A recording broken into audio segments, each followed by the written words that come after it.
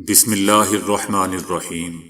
السلام علیکم دوستو، دنیا بھر کی خبروں میں آج آپ سنیں گے، لیکن اس سے پہلے اگر ہو سکے تو لائک اور سبسکرائب کا بٹن ضرور دبا لیں۔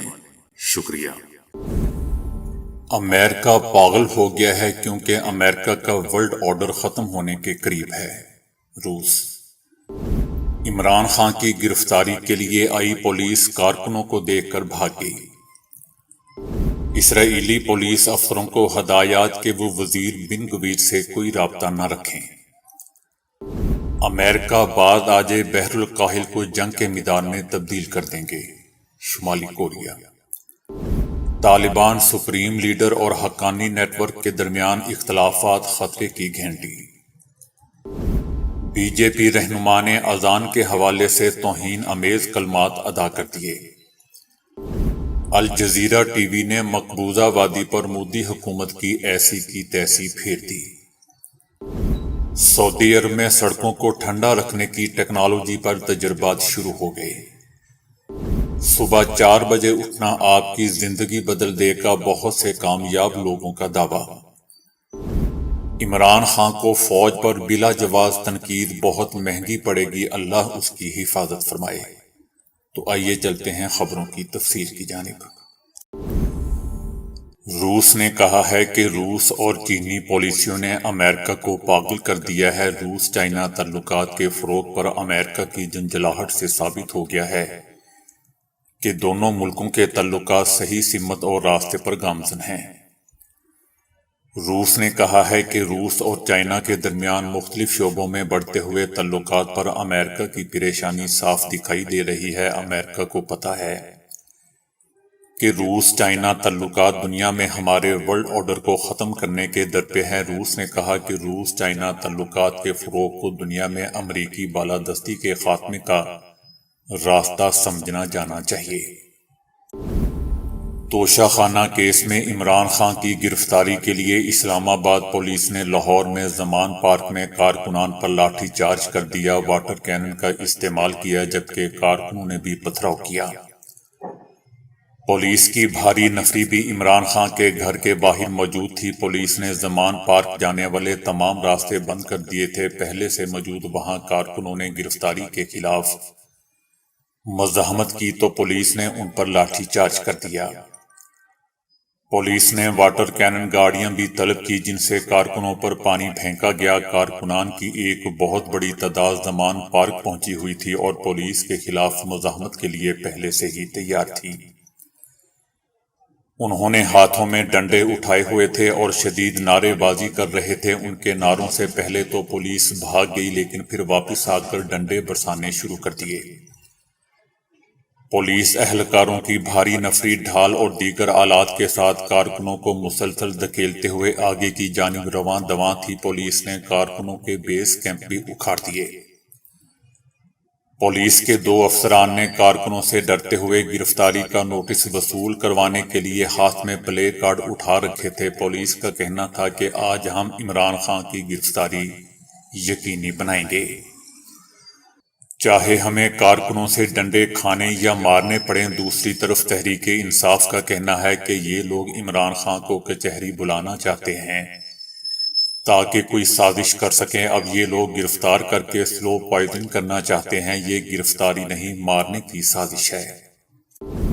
اسرائیلی حکومت کے صدر نے اندرونی اختلافات کے باعث ایک بار پھر اسرائیل کے زوال پر سخت انتباہ جاری کیا ہے۔ دوسری جانب پولیس سربراہ شبتائی نے پولیس افسروں کو ہدایات دی ہیں کہ وہ اندرونی سلامتی کے وزیر سے براہ راست کوئی رابطہ نہ رکھیں۔ اندرونی سلامتی کے وزیر بن گویر کی جانب سے کوئی فرمان آنے کی صورت میں اس فرمان کو آفس منتقل کیا جائے۔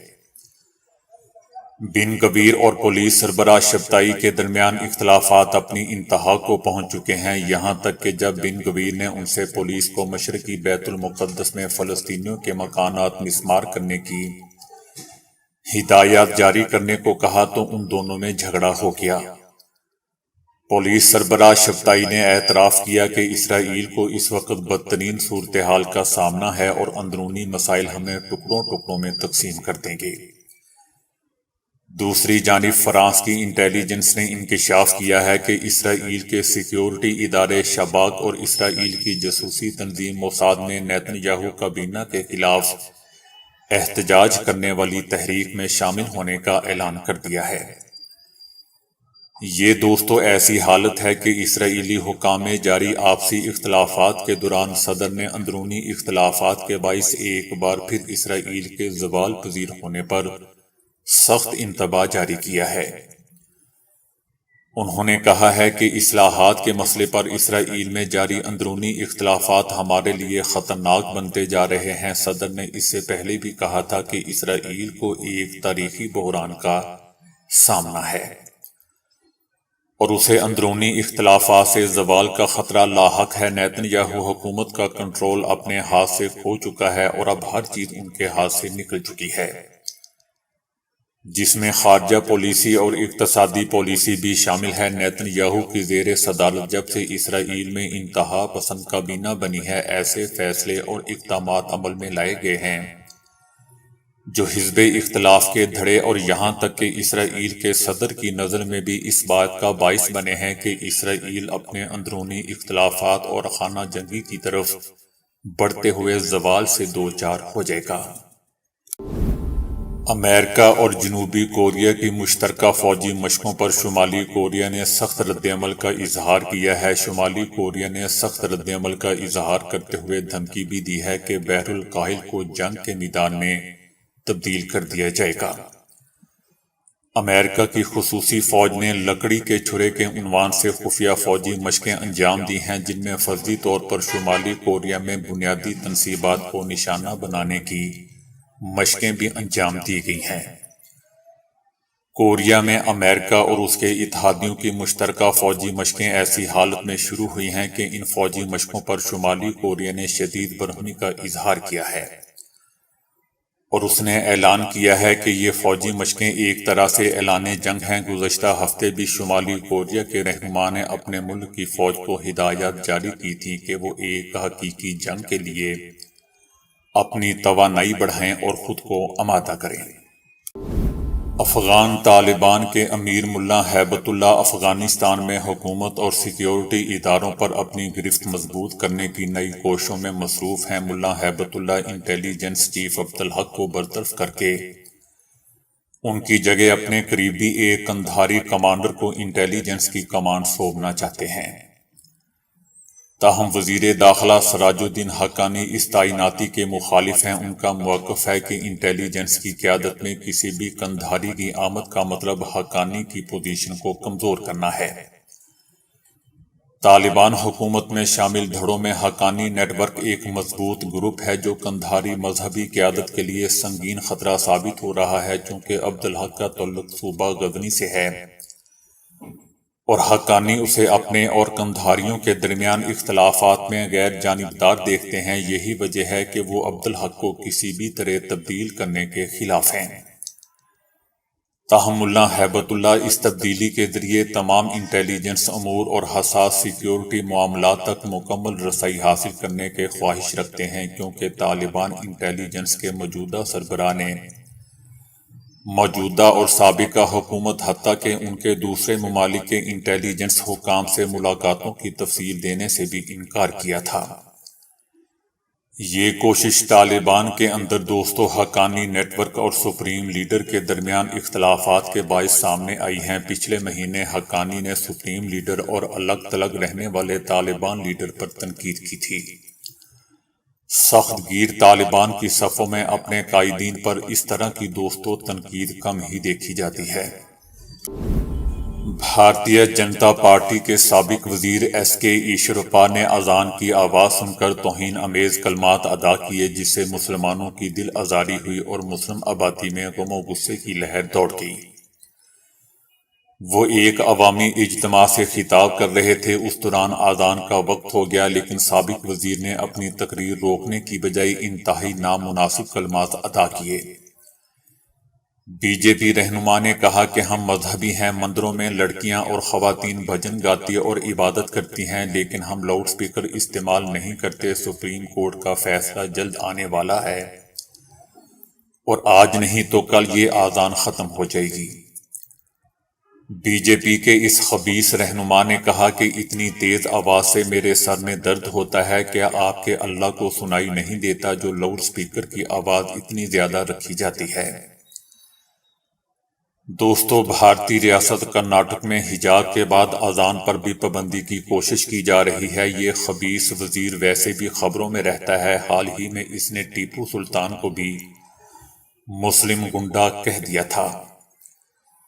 یاد رہے کہ بھارتی سپریم کورٹ نے جولائی 2005 میں آواز کے صحت پر اثرات کا حوالہ دیتے ہوئے رات 10 بجے سے صبح 6 بجے تک لاؤڈ سپیکر کے استعمال پر پابندی عائد کر دی تھی۔ تاہم بعد اکتوبر 2005 میں عدالت نے کہا کہ لاؤڈ سپیکر کو سال میں 15 دن تہواروں کے موقع پر آدھی رات تک استعمال کرنے کی اجازت دی جا سکتی ہے۔ متنازع بیانات کے لیے شہرت رکھنے والے بی جے پی کے اس سینئر لیڈر کو گزشتہ سال ایک ٹھیکیدار کی اپنی جان لینے پر وزارت کے عہدے سے نکال دیا گیا تھا۔ الجزیرہ ٹی وی نے ایک رپورٹ میں مودی کی بھارتی حکومت کی جانب سے 2019 میں مقبوضہ وادی کی خصوصی حیثیت کو منسوخی سے متعلق اس جواز کو مسترد کر دیا ہے کہ اس اقدام سے مقبوضہ وادی کے متنازع علاقے میں امن قائم ہوگا۔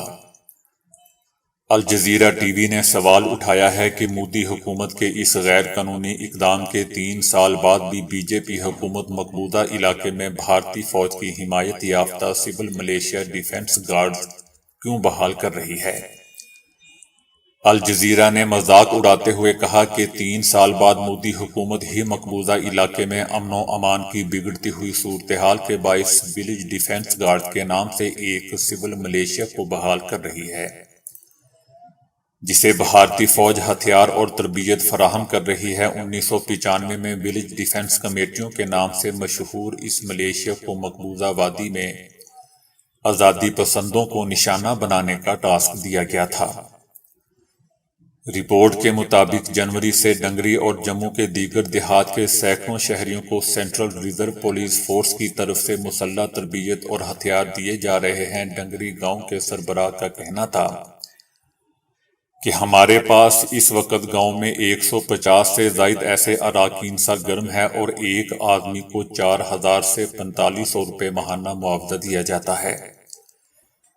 انہیں رات کو گشت کرنا ہوتا ہے اور وہ تلاشی کی کارروائیوں میں بھی مدد کریں گے۔ مقبوضہ علاقے کی عوام کی اکثریت نے شہریوں کو مسلح کرنے کے بھارت کے اس اقدام پر سخت تنقید کی ہے۔ بہت سے سیاستدانوں اور ماہرین نے خدشہ ظاہر کیا ہے کہ اس سے مذہبی کشیدگی بڑھ سکتی ہے، ہتھیاروں کا غلط استعمال ہو سکتا ہے، جیسا کہ ماضی میں بھی ہوا تھا۔ سعودی عرب میں سڑکوں کے لیے جنرل اتھارٹی نے ایک تجربہ کرنا شروع کر دیا ہے۔ اس تجربے کی وجوہات یہ ہیں کہ سڑکیں دن کے وقت درجہ حرارت کو جذب کرتی ہیں، کیونکہ سڑکیں بعض اوقات 70 ڈگری تک پہنچ جاتی ہیں۔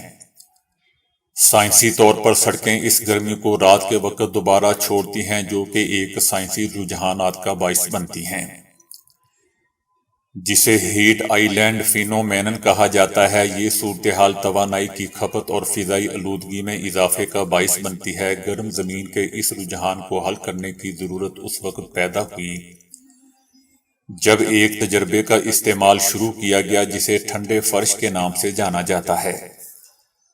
اس مواد میں موجود شعاؤں کو منعکس کرنے کی صلاحیت ہوتی ہے۔ ماہرین کے مطابق یہ مواد رہائشی علاقوں کے آس پاس کی سڑکوں کے لیے موزوں ہے۔ اس تجربے کا مقصد محلوں اور رہائشی علاقوں میں درجہ حرارت کو کم کرنا، عمارتوں کو ٹھنڈا کرنے کے لیے استعمال ہونے والی توانائیوں کا استعمال کم کرنا ہے۔ یہ ٹیکنالوجی انتظار گاہوں اور لوگوں کے رش والے مقامات کو زیادہ آرام دہ بنانے اور ان مقامات پر بہتر ماحول فراہم کرنے میں مدد فراہم کرے گی۔ جلدی جاگنا کئی سالوں سے کامیابی سے جڑی عادت رہی ہے۔ بہت سے کامیاب لوگوں نے دعویٰ کیا ہے کہ صبح 4 بجے اٹھنا ان کی کامیابیوں کا تعین کرنے والا بنیادی عنصر تھا۔ چاہے کوئی شخص رات کو دیر سے سونے کا عادی ہو، جلد جاگنے کی طاقت اس کو فائدہ پہنچائے گی۔ ہر روز ایک ہی وقت میں اٹھنے کی کوشش کریں، جلدی اٹھنے کا بہانہ تلاش کریں۔ جلدی اٹھنے کو زیادہ دلکش بنانے کے لیے ایسا کرنے کی کوئی وجہ تلاش کریں، یہ کسی ذاتی پروجیکٹ پر کام کرنا یا باقی دنیا کے بیدار ہونے سے پہلے صبح کے پرسکون معمولات سے لطف اندوز ہونے کا احساس بھی ہو سکتا ہے۔ ہر رات 7 سے 8 گھنٹے کی نیند لینے کی کوشش کریں، ہمت نہ ہاریں، ایک نئی عادت تیار کرنے میں وقت اور محنت درکار ہوتا ہے۔ کوئی دن چھوٹ جائے تو ہمت نہ ہاریں، آخر کار یہ عادت ہی بن جائے گی۔ عمران خان نے کہا ہے کہ مجھے اگر مار دیا گیا یا جیل میں ڈال دیا گیا تو عوام نے جدوجہد جاری رکھنی ہے۔ ان کا خیال ہے کہ عمران خان جیل چلا جائے گا تو قوم سو جائے گی۔ آپ نے ان کو غلط ثابت کرنا ہے، آپ نے ثابت کرنا ہے کہ آپ زندہ قوم اور نبی کریم صلی اللہ علیہ وآلہ وسلم کی امت ہیں، لا الہ الا اللہ کے نعرے پر بننے والی قوم ہیں۔ عمران خان نے کہا کہ آپ نے اپنے حقوق اور حقیقی آزادی کے لیے جدوجہد کرنی ہے اور باہر نکلنا ہے۔ میں آپ کی جنگ لڑ رہا ہوں، مجھے کچھ ہوا یا جیل بھیجا گیا یا مار دیتے ہیں تو آپ نے ثابت کرنا ہے کہ عمران خان کے بغیر بھی یہ قوم جدوجہد کرے گی۔ انہوں نے مزید کہا کہ اپنی ساری زندگی جنگ لڑی اور لڑتا رہوں گا، چوروں کی بدترین غلامی اور ایک آدمی جو ملک کے فیصلے کر رہا ہے۔ انہوں نے مزید کہا کہ اپنی ساری زندگی جنگ لڑی اور لڑتا رہوں گا، چوروں کی بدترین غلامی اور ان کے فیصلے کبھی قبول نہیں کروں گا اور نہ ہی آپ قبول کریں۔ تو دوستو ابھی کے لیے اتنا ہی۔ ویڈیو کو لائک اور شیئر کرنے کا بہت بہت شکریہ۔